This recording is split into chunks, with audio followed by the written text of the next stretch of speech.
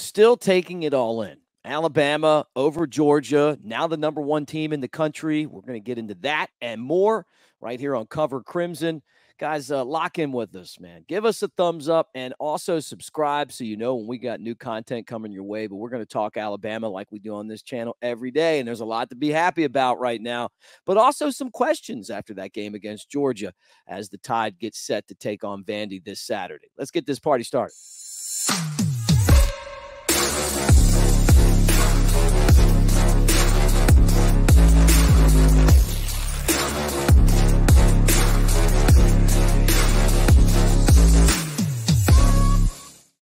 He's Clint Lamb, and I'm Mick Gillispie. Great to hang with you guys today. And Clint, so much to talk about. I mean, I feel like we kind of got into some of it yesterday, but it's like the more I think about the impact of that football game just on the landscape of college football, the more excited I get. But, man, this Ryan Williams guy, he's on the cusp of stardom, man.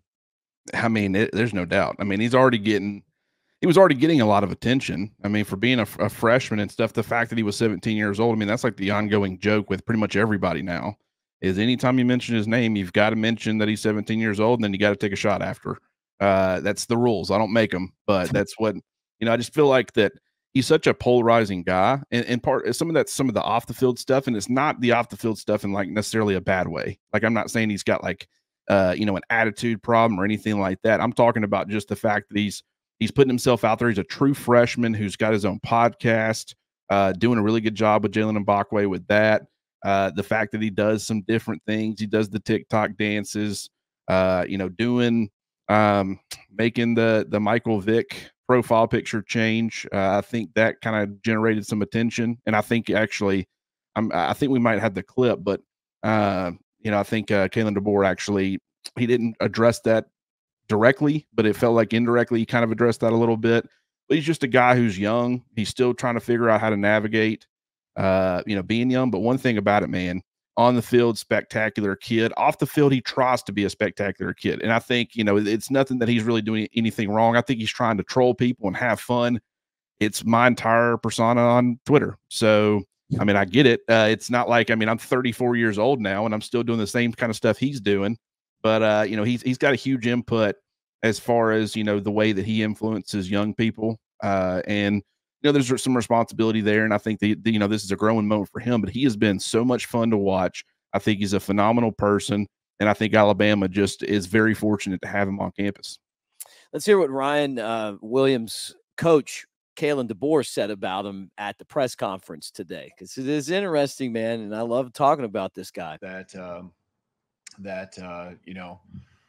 We expect him to continue to do, right? Make a lot of plays, and he's, going to continue to bring on that attention and just educating him and understanding, both on the field while he's doing his thing and away from it. Just that the impact he has is seen, the influence he has is great, and just how to manage all of that. So it's just a process, and it's not just with him; it's with every one of our guys. We try to do a really good job of that, there's a lot going on, and every little thing is picked up on, especially these days. And Ryan's first class guy all the way, through and through, and love coaching him. He brings a great work ethic, smile, all the things you want each and every.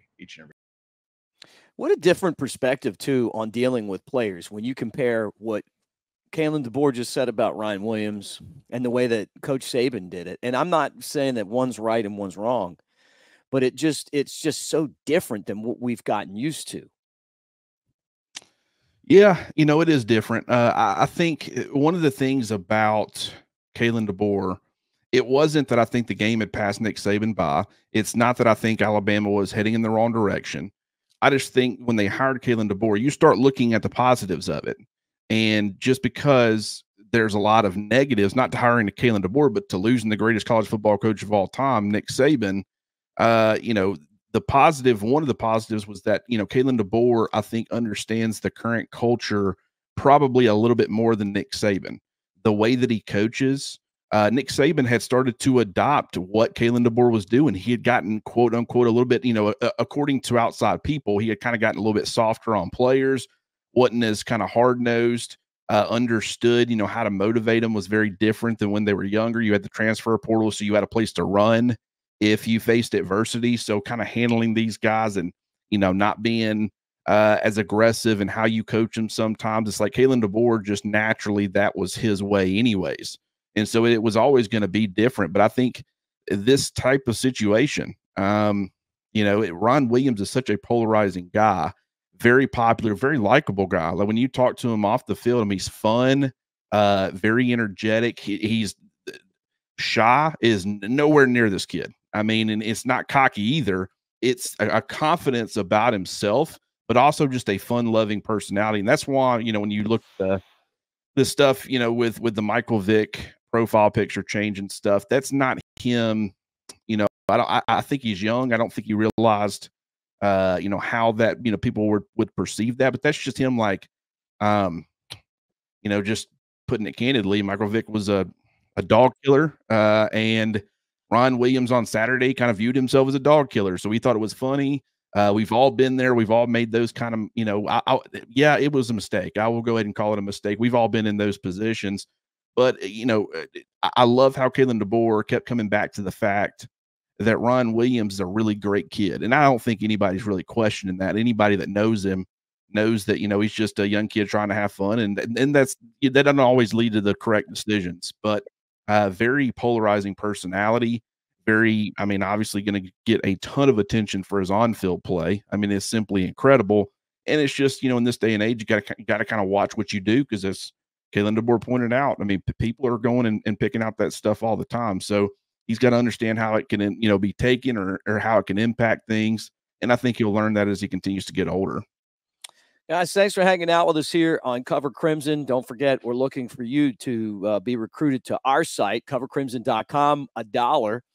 And you can try it out, hang out with us in the message board. Clint's breaking down the game, every single snap of the game. And there's a lot of snaps in this game, and it really was a roller coaster. But that'll be on there. We're on the message boards kind of talking about things and hanging out, and we want you to be a part of that as well. And then if you do the annual subscription, which some of you guys have done, you get the Cover Crimson t-shirt while supplies last. So take advantage of that deal and lock us in for an entire year. And our show today is brought to you by mybookie.ag. Use the promo code NEXTROUND to double your initial deposit. There's a lot to put money down on. Maybe Ryan Williams for Heisman. I felt like this, Clint. I know that in the world of athletics or entertainment, or anytime you're in the public eye, it's a different deal than when you're joking around with your friends. I personally didn't find anything offensive about the picture on his Instagram page. I got it. It was done tongue in cheek. He's just trying to have a good time, and basically some people are going to hate it. I saw, him being kind of roasted on the social medias and stuff by some people, but I don't care. I'll tell you what I like. Watching him make those plays, when you go back and watch, and he talks about the play itself, the 75-yard touchdown catch, which, by the way, don't be surprised if New Life Art doesn't eventually paint that on canvas, right? Our buddy Daniel Moore. But think about this. Like, he's talking about that particular catch, and he's like, it didn't seem like it was that fast, like on the video board. I felt like I was in slow motion when I was making the play, the two guys run together. This guy's got just amazing talent, and I agree with you. And Coach, I think he's a great kid. I think he's going to learn. But my whole point of this is that these opportunities weren't there before because these guys weren't allowed to talk, and they were really asked not to do a lot of this stuff. This is part of the growing process of going from being a high school kid to eventually a star in the NFL if he stays healthy. So I think this is a good thing, and I think it's going to help this entire program moving forward. But I don't feel like in any way there was any ill intent. I just think this is a guy that's just messing around with the players on the Georgia team, getting his guys pumped up, and hopefully other people see it that way too.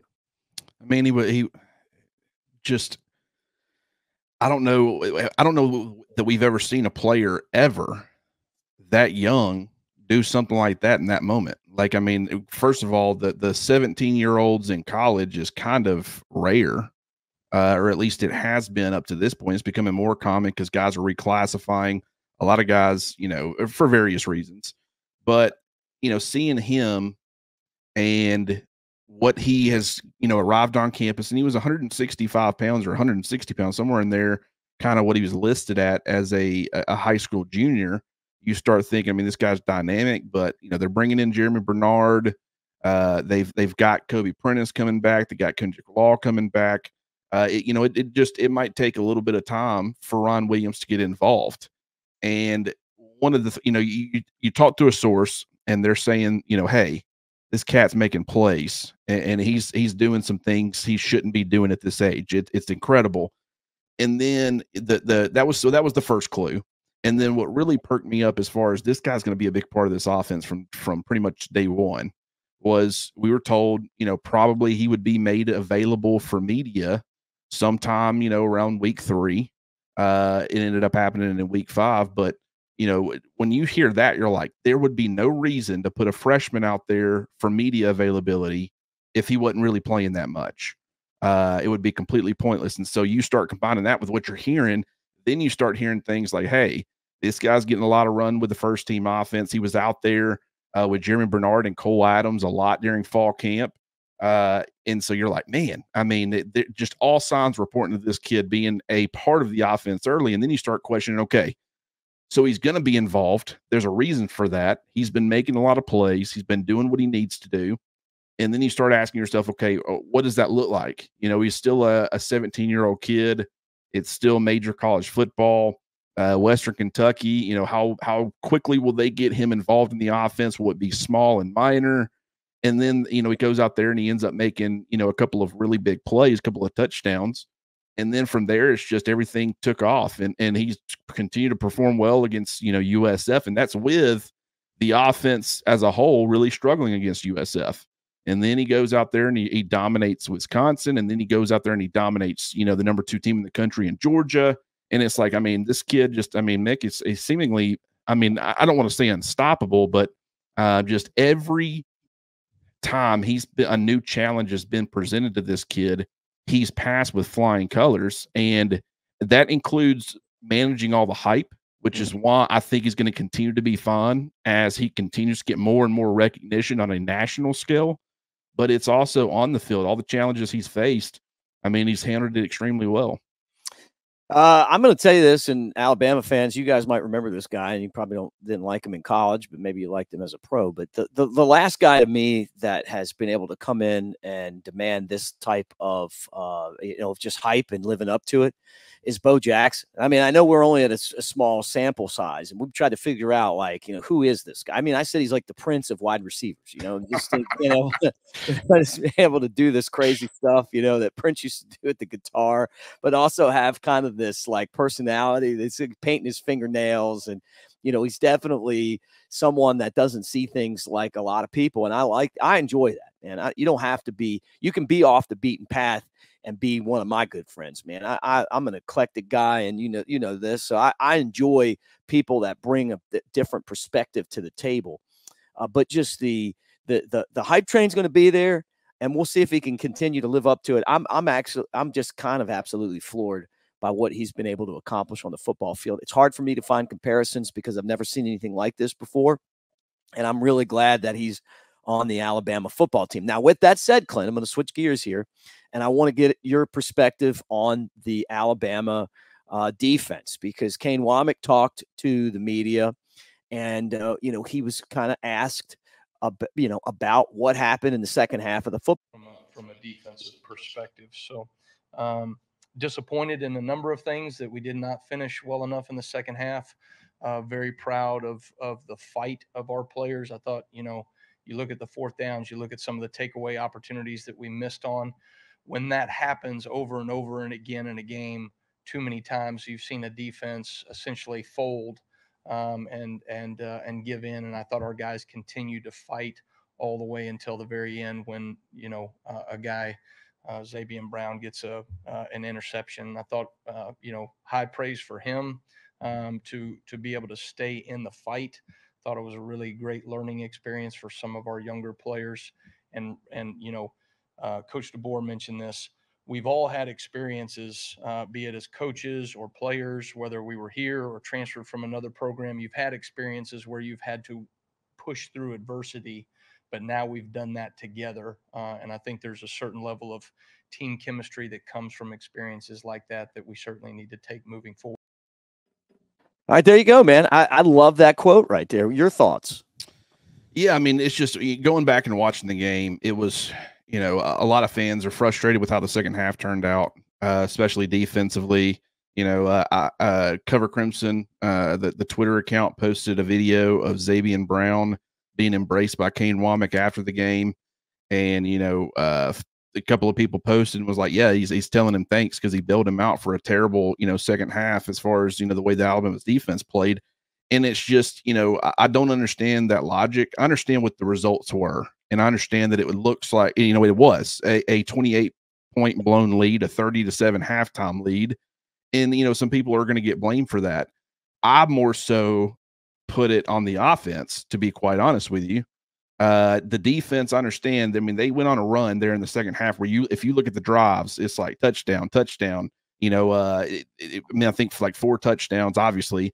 But when you start looking and breaking down what happened, first of all, to start the second half, they hold Georgia to a 3-and-out, despite the fact they got the football at the 47-yard line because of the penalty on Miles McVay. Alabama's offense didn't do much with it, had to punt it back to Georgia. Georgia then proceeds to go on a 15-play, 80-yard touchdown drive. But what people's got to understand is Georgia was in full-on fourth down mode. They were playing 4 downs every time. They punted on the first drive of the second half. That's it. We got to start scoring touchdowns. That becomes really difficult. And I love how Kane Womack in his interview or his press conference, he brought up the fact that what it does is it allows you as an offense to take a lot of chances on first and second down because, you get that extra down. So your first down is kind of free. It's like, okay, we can take a shot. If it works, great. If it doesn't work, then okay, now it's essentially 1st and 10 because you've got first, second, third, and fourth down to work with. And that is so crucial. But also, I do think that it took Alabama a little bit of time. They were in this mindset, and I talked about this yesterday, of, hey, it's 3rd and 6. We're putting a certain personnel package out there. We're looking for certain things. And it's like you're trying to keep Georgia from getting the first down there. And it's like they're more so approaching it of it's 2nd and 6. So we just got to put ourselves in favorable fourth down situations. If we can get 5 here and make it 4th and 1, that's good. That's considered a good thing because we're going for it. At any point in time, I mean, what are the chances, Mick, that you're going to be able to go that many fourth down attempts? I mean, it was beyond just the 5 for 5 because you had penalties and other things like that. But, how many times is a team going to be able to do that in those situations? It's rare. It's a different challenge defensively than you're used to facing. In Alabama, despite the fact that they held Georgia to a 3-and-out on that second drive of the first half, they went for it on 4th down. They went for it on 4th down again on 4th and 3. Alabama got a stop, but Justin Jefferson was injured, and so they called a timeout right before. It was an understandable timeout. When you got 10 guys, healthy guys on the field, they probably didn't realize they were going to get a stop. So you call a timeout, give yourself a chance, but Georgia converted on the second attempt. And then on the third, it was a bailout penalty. That ended up having a 15-play, 80-yard drive, but it took up almost 7 minutes of clock. So what Alabama was doing at that point is, okay, don't give up the explosives. We need to make sure that everything they get, they earn. If they end up driving down and scoring a touchdown and they're wasting half a quarter doing it, I mean, as long as we can get anything going offensively, we're going to be just fine. And, from that point forward, I mean, then on the third drive, it's the Quay-Russaw strip sack. But by that point, I think they had been on the field for another 6 or 7 plays. So like in the third quarter, it was either like 24 or 25 plays the defense was on the field. So that's like, you're approaching 100 plays if you do that over 4 quarters. So they were gassed by that point. And then things start to kind of snowball a little bit. The offense is not playing great football. They were getting conservative. It was a lot of first down run with the running back, second down run with Jalen Milroe, third down, low percentage pass, desperate attempt to get a first down. But they were really trying to run clock as much as they can. And, that led to more opportunities for Georgia as far as just being very vanilla.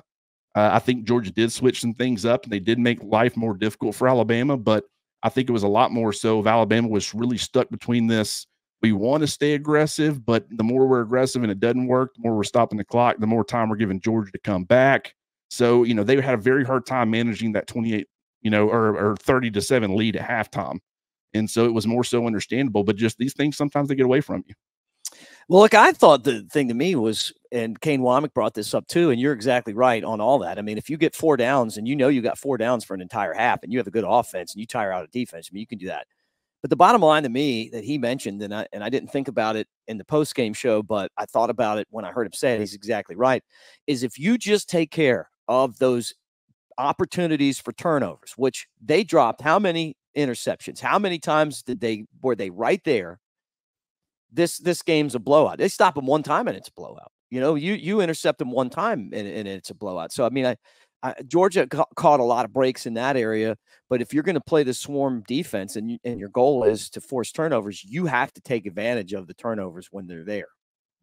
Well, I mean, just let Alabama take the same approach, right? I mean, you're taking a huge risk. If at least half of those 4th down attempts, if they don't get them, Alabama doesn't just win; they win big. I mean, because Alabama's getting the ball on a couple of those, they were, on the 28 or 30-yard line. And so Alabama gets the ball with, on the 28 or 30-yard line going in, and you're up by, multiple scores. And so if they just get a stop in any of those given situations in the first 4th down attempt, Alabama, I mean, it looked like they did get a stop, but Georgia got it by inches. That could have easily have worked inches in the other direction. Alabama gets the ball. This football game's over.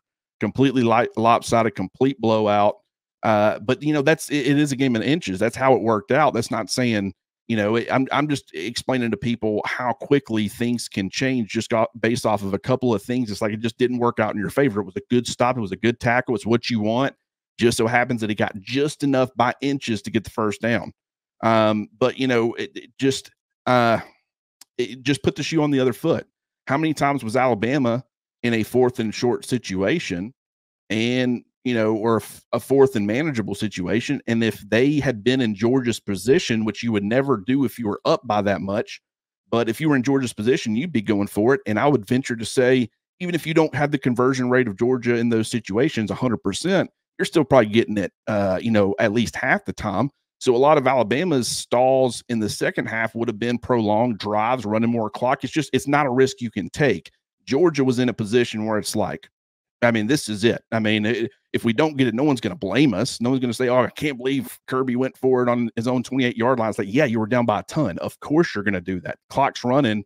You had already gone 3 and out on the first series of the second half. So it's just Georgia was in a position to where they could manage that. And that's what people don't understand. 5 4th down conversions means what? Means they got the stop on 3rd down. So they were still playing good football in your traditional way, but getting that extra down was making a huge difference for Georgia. And you've got to figure out a way to not allow them to go 100% and get some stops. And if you can do that, it does change the outcome. So I understand the frustration from that point. But just if you give any offense 4 downs instead of 3, they're going to be a lot more successful. That's just part of it. So Alabama got all their points doing it the traditional way, the hard way in the first half, offense, defense, balancing out, getting turnovers, scoring. Georgia is playing, in a completely different ball game and how they were operating offensively. And then they started getting momentum.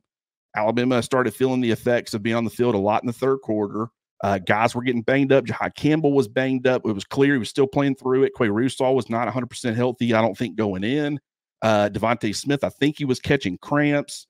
Justin Jefferson had gone out. So it was like your depth starts taking hits at a lot of these spots. You've been on the field quite a bit. And then you start allowing some explosives with the fact that you've got a really young secondary. At one point, you got Red Morgan out there. You got Xavier Brown. You got Jalen Mbakwe. Georgia took advantage. And I think that they did a really good job of, from the beginning of the game, they had not really pressed defenses vertically much. We talked a lot about Georgia's offense lacking that. They came at Alabama, and from pretty much the first draw, second play of the game, they go vertical, don't connect, but I mean, it should have been a completion. But from that point forward, then they get in this mode where they have to do a lot of that because they're down by so much. But then when they get in a manageable, they're not, they're barely down. It was less than a 1-score game. They got Alabama, Keon Sabb on a double move, and he wasn't really anticipating it. And it was probably because, okay, there's like 2:34, I think, left in the game. Georgia, in your mind, you're probably thinking Georgia wants to take up as much clock as they can, finish this drive with a touchdown, and not give Alabama a chance to counter and get their own touchdown. And plus, Georgia had not really been pressing vertically other than at the beginning of the game, which they should have realized that, but that just hadn't been their offense. They're probably anticipating the nickel and dime down the field. And then Keon Sabb gets busted on a double move, and it's a long play for a one play touchdown to take the lead. So a lot of this stuff is correctable, but I just don't think it's as big of a deal as some people are making it out to be. And maybe I'm wrong, but I think there's a lot of justifiable reasons for a lot of it. Man, I agree. We'll see. Vanderbilt this week. We'll be previewing Bama, talking about this game, breaking things down here on Cover Crimson, covercrimson.com. And again, guys, thank you for being a part of what we do. Hit the bell so that you know when we're dropping content. Like and subscribe. Be part of this thing as we talk Alabama. And right now, covercrimson.com, $1 gets you in the door for a month. And then if you do the annual subscription, you get the same T-shirt Clint's wearing right there. That is the Cover Crimson tee. Very comfortable. MyBookie.ag brings you the show every day. Use the promo code NEXTROUND for double your initial deposit. Roll Tide, guys. Thanks for hanging out. We'll talk to you again soon.